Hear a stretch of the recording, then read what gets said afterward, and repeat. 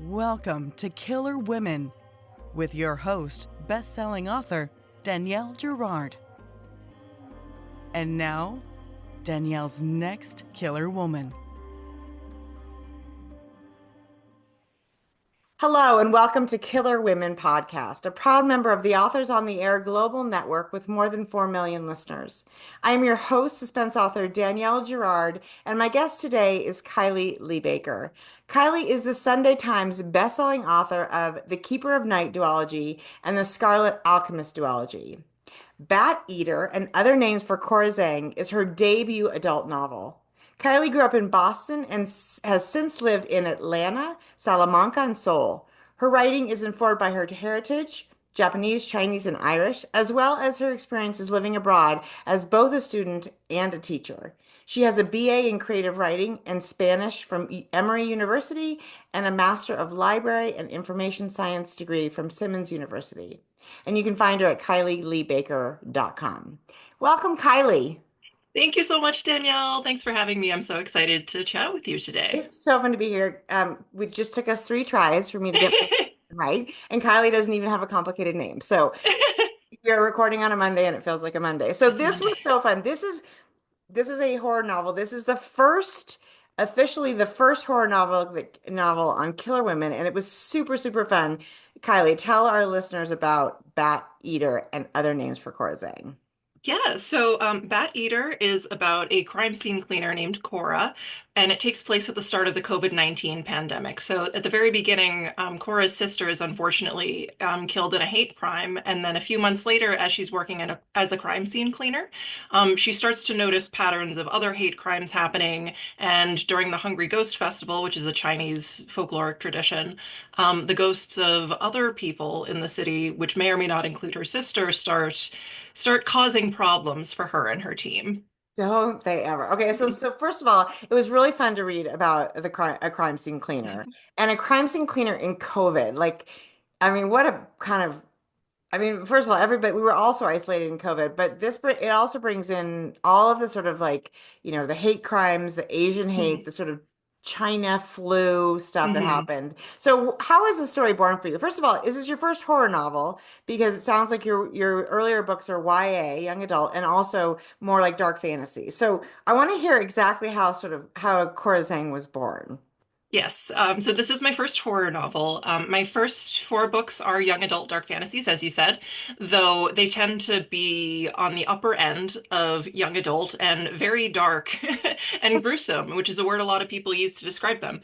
And actually, my debut novel, The Keeper of Night, it was so dark that a lot of people said this was terrifying. And that wasn't my intention. And so I thought, what would happen if I actually tried to write a book that scared people? Because the thing is, I've always been a huge fan of horror. I grew up reading Stephen King at way too young of an age, watching tons of horror movies with my dad.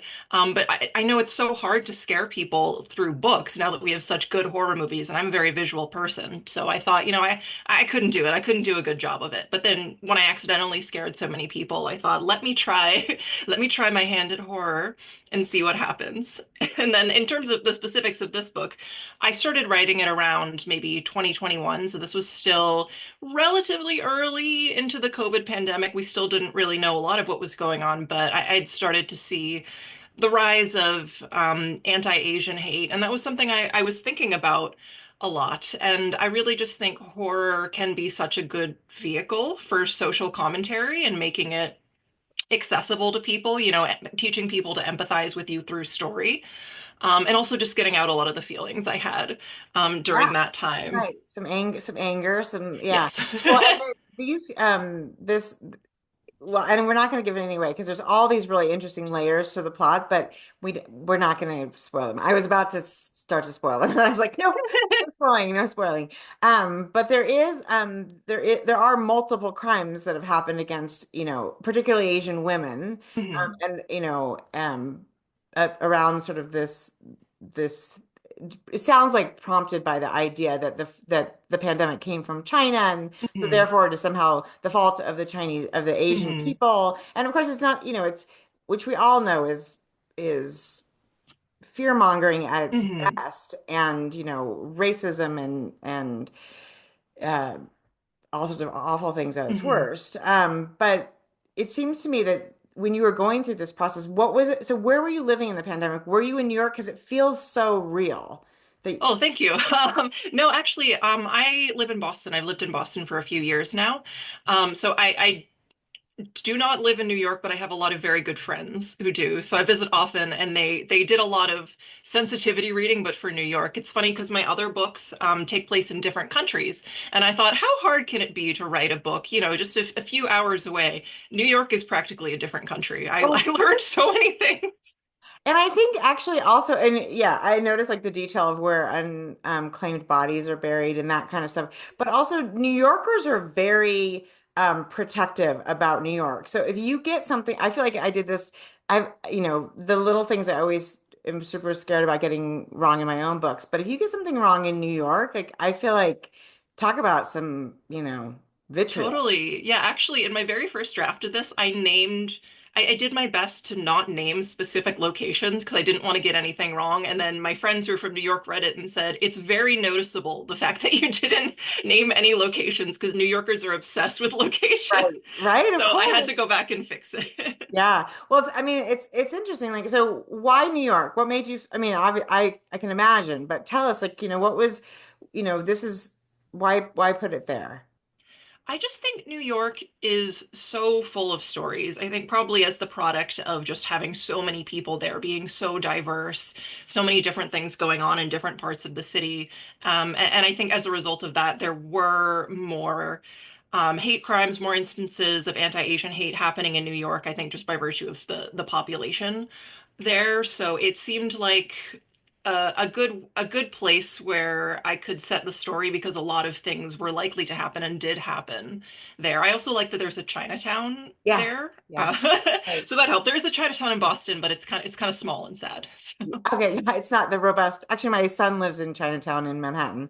oh wow. It's fat. I mean, it's fabulous. The all of Manhattan's fabulous, but I'm from Yeah. Montana, so of course it's and Boston also. But actually, I think also, in many ways, New York City felt like a little bit like a ground zero for COVID, right? Because Yeah. we got so many images of the big white tents with the body Mhm. bags and the, and all Exactly. and there was an interesting point in the story, which I don't think is a spoiler about it. One of the dead women being a doctor, and I know that Yeah. the trauma of COVID for physicians, in particular, was really, really overwhelming. So I thought there were all these beautiful details about how COVID impacted, everybody, and particularly how it impacted, Asian people who, on top of dealing with everything everybody else was dealing with, were sort of taking on some sort of blame, as though this was somehow the individual Asian people's doing. So Yeah. No, thank you. yeah. So talk about that. I mean, it's funny to read a story that in so many ways is obviously not. I mean, there's a lot of stuff in the story that is sort of not realistic, I hope, because it's Yeah. I'm going to say it's not. I'm going to say it's the horror, it's extraordinary, the ghost, for instance. Yes. But that part of it really grounded it in a way that felt really real. And that I think it was an sort of beautiful, Thank you. dichotomy of of all of it being horrible and terrifying, but some of it feeling very real and some of it feeling like, God, I hope this isn't real. So I thought that was beautifully done. So I want to talk about I know your background is Japanese, Chinese, Irish. I love that. Mhm. I'm a baker too. Oh, really? Yeah, my dad's mom's maiden name was Baker. So Oh, wow. I guess I have a little Irish too. I'm kind of a mutt. So, but I want to hear about the sort of there was the festival. There's a lot of really interesting sort of Chinese traditions and I love that she's got these. I'm gonna babble for a second. This is what I do when I'm excited.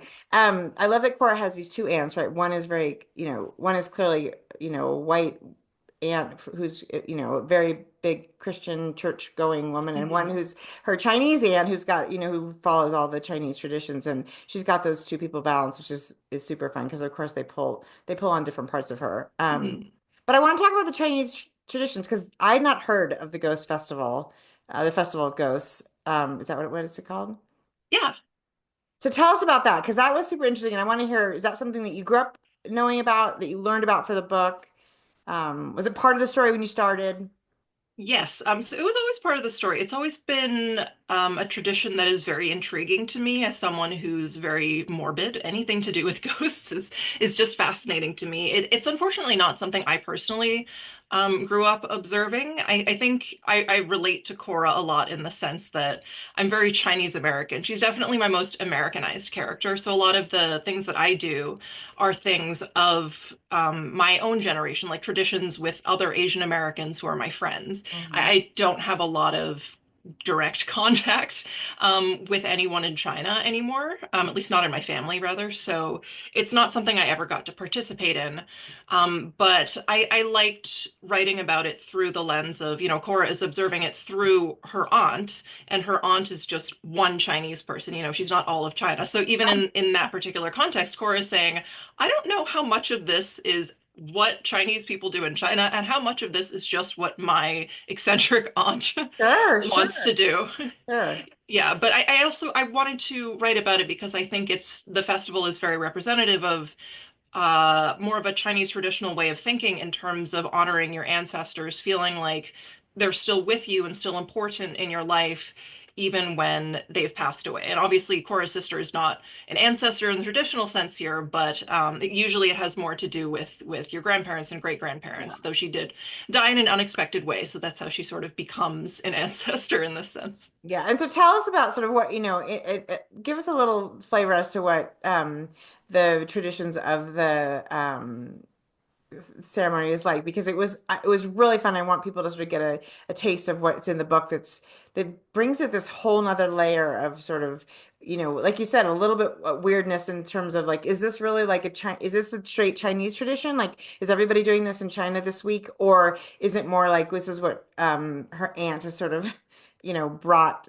with her and changed into her own sort of quirky tradition? Yeah, so the whole idea of Hungry Ghosts and the Hungry Ghost Festival, it is celebrated in China, but also Taiwan, I think Singapore, a lot of countries that have Chinese influence to them. And the idea is in oh gosh, I'm going to misspeak, the seventh lunar month, around August. It goes by the Okay. lunar calendar.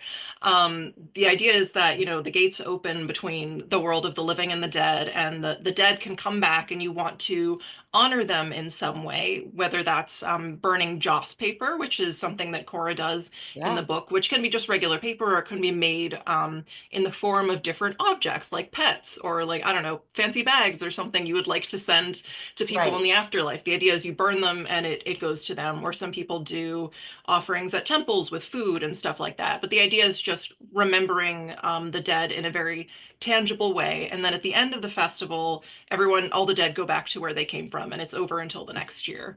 Yeah. So the story takes place in that precarious time when the dead are allowed to come back And to it's bother the living. fantastic. Yeah, it's fantastic. And also the feast. So Cora has these two, work friends, Mhm. Ife and Harvey, who Mhm. it's Harvey's uncle's business is the dry cleaner, and he's the one that finds them all these horrible crime scene jobs. Yes. But there's a wonderful scene where we're at Ife. Well, a couple of times we're at Ife's home, and she has very white roommates. And there's this fun thing that she does where Ife pretends she doesn't really speak English, so she Yes. doesn't have to really engage with her roommates. And there's a one spectacular scene which we are not going to talk about, which is the last scene at her apartment. Mhm. They fix this, they're trying to send the ghost on, and they're Mhm. they're basically trying to feed Cora's dead sister in order to sort of get her to move on because it feels like Cora's being haunted by her. So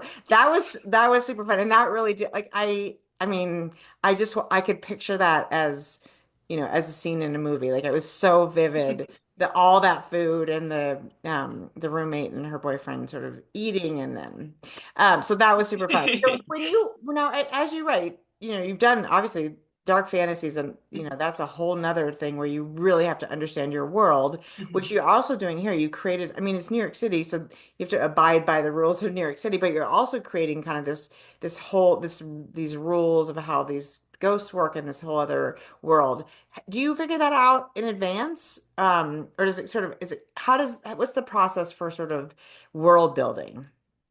So for me, generally, I try to figure out just as much as is needed to start writing, and that varies a lot depending on how complex the world in my book is. For instance, with my most recent YA duology, The Scarlet Alchemist, it takes place in Tang Dynasty, China. So I needed, at the very least, before I started writing, to know what a street in the Tang Dynasty looks Yeah. like. So these characters aren't just floating in blank space.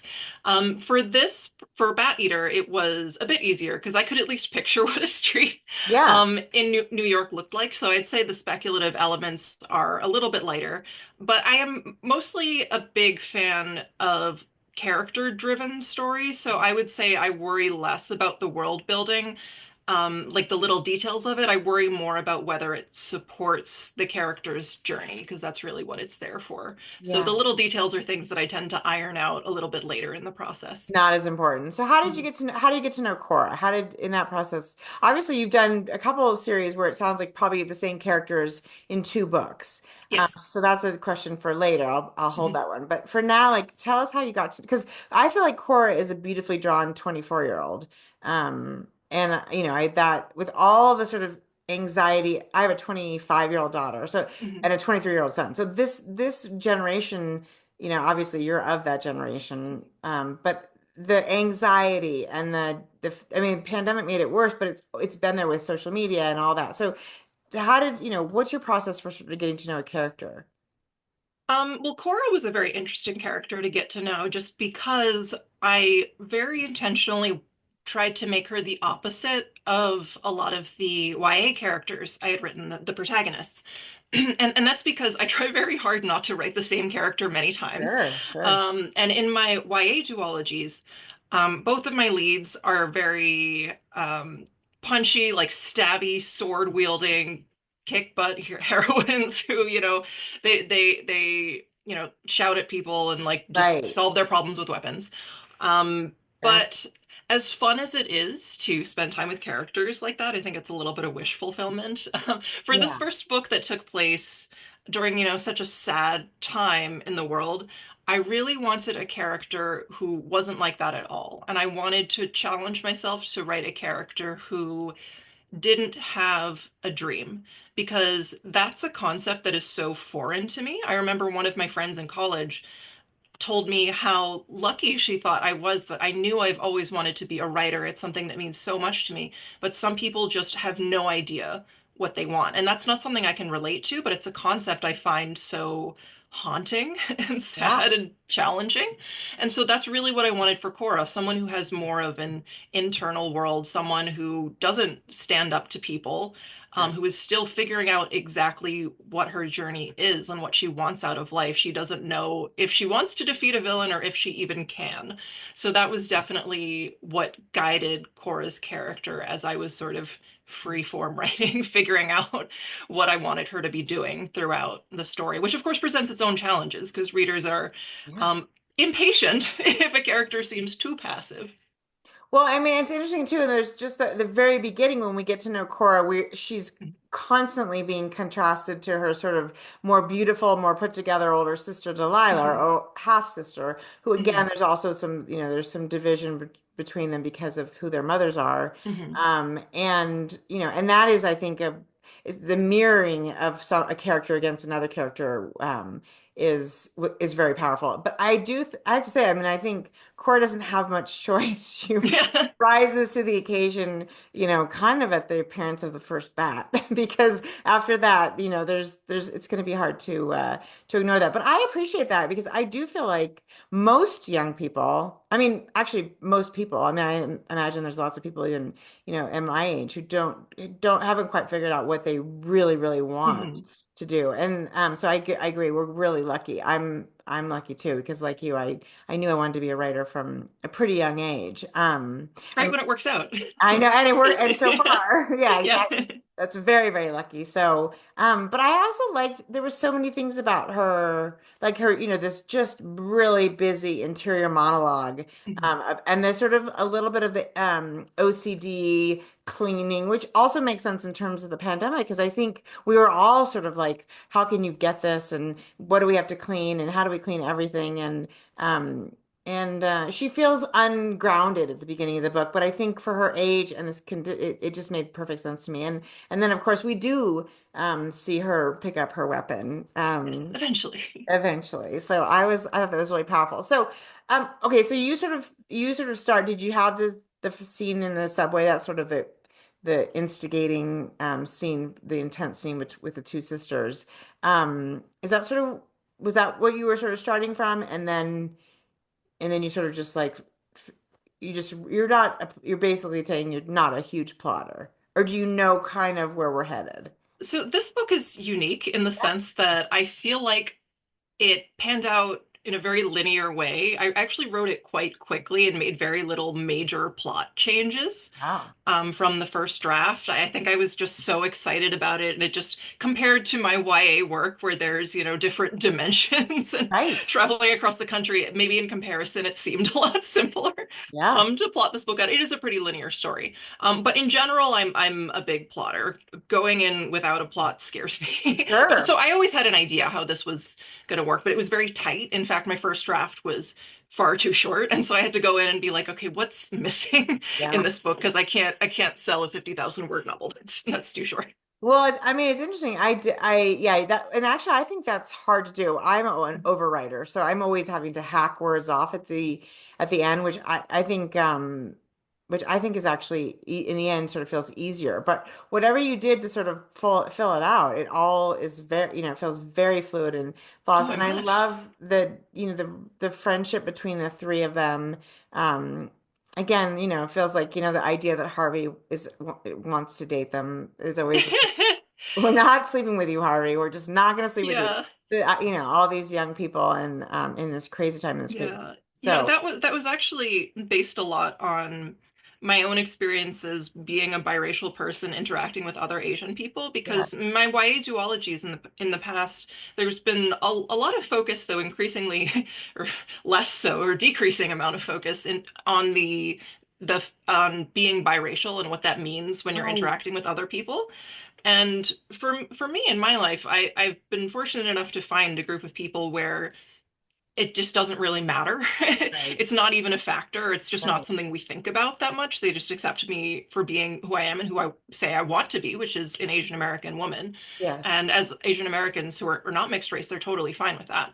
And so that's just something I really wanted for this book to reflect that kind of easy, simple friendship, where the fact that Yes. Cora is biracial sort of takes a backseat to her identity as an Asian American and the problems that creates. Right. It's more that sort of this pull of her, parents, or in this case, the sort of aunts who are Yeah. the stand-ins for her parents because neither of her parents is around.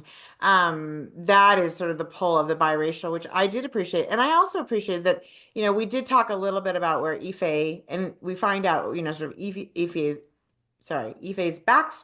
story eventually, but we don't necessarily know, exactly how, what sort of whether these people are totally Chinese or biracial, and it doesn't, like you said, they just take each other for who they are, which Mhm. I agree is lovely. And I think it calls to mind the idea that, right, for as a white woman who's, I'm a mutt, but I'm single race, obviously. So we don't think often about sort of like how do people sort of say to you, well, I mean, do Asian people say, well, you're not totally Asian? I mean, there's this Oh, idea sometimes, yeah. you have to, Yeah. right, like that's right. So, and we read a lot about, there's thankfully, I think a lot of books that shine a light onto sort of like, don't, what these, when you feel like you're in the middle of two things, what Hmm. choice do you have, right? And Cora seems actually, for all her sort of insecurities, that doesn't seem to be a big insecurity for her. Yes, and that was very intentional. I've already written so many books about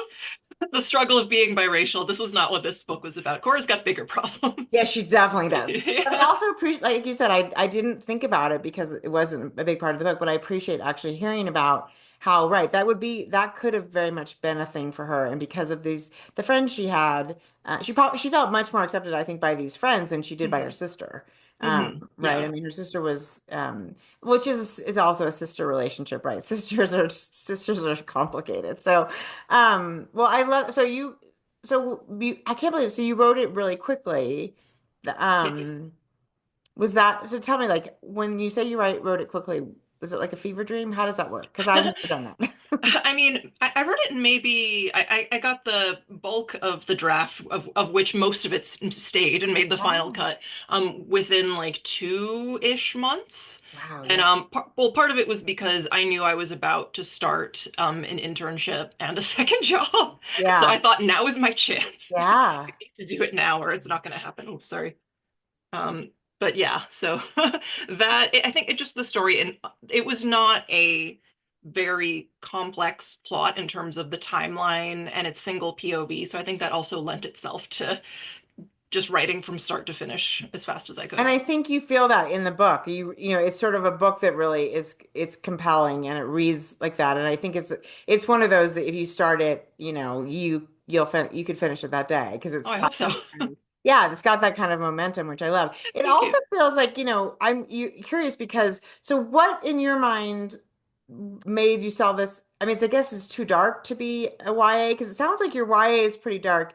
Is there a fine line, do you feel like, between, what is considered YA? Is it a publishing thing? Like, I don't know anything about it. I read YA, I love YA, and sometimes you like, okay, this is YA, but other times you're like, well, this could kind of be adult. So Yeah. who No, decided that? I'm curious. that's a great question. I could talk for hours about this. So it is definitely a publishing thing. Okay. I think for me, personally, for this book, given that my YA is already quite close to adult, I think Yeah. just in terms of like the darkness and the maturity levels of the characters and the natures of the problems they're confronting, um, I very intentionally wrote this as an adult book in terms of the level of violence Yeah. Yeah. and gore. And I always knew from the start I wanted it to be adult because I didn't want an editor to tell me that I had to pull any of that back. Because I did experience that with my YA books. At points, some of my very good editors, and I don't blame them for this at all, would say, Sure. Kylie, please remember that this book is for children. I think we need Yeah. to bring it back in a little bit in this particular passage. And I would say, okay, yeah, that's fair. Right. But for my first horror, I didn't want to have to worry about that. Yeah, that's So, so yeah, fair.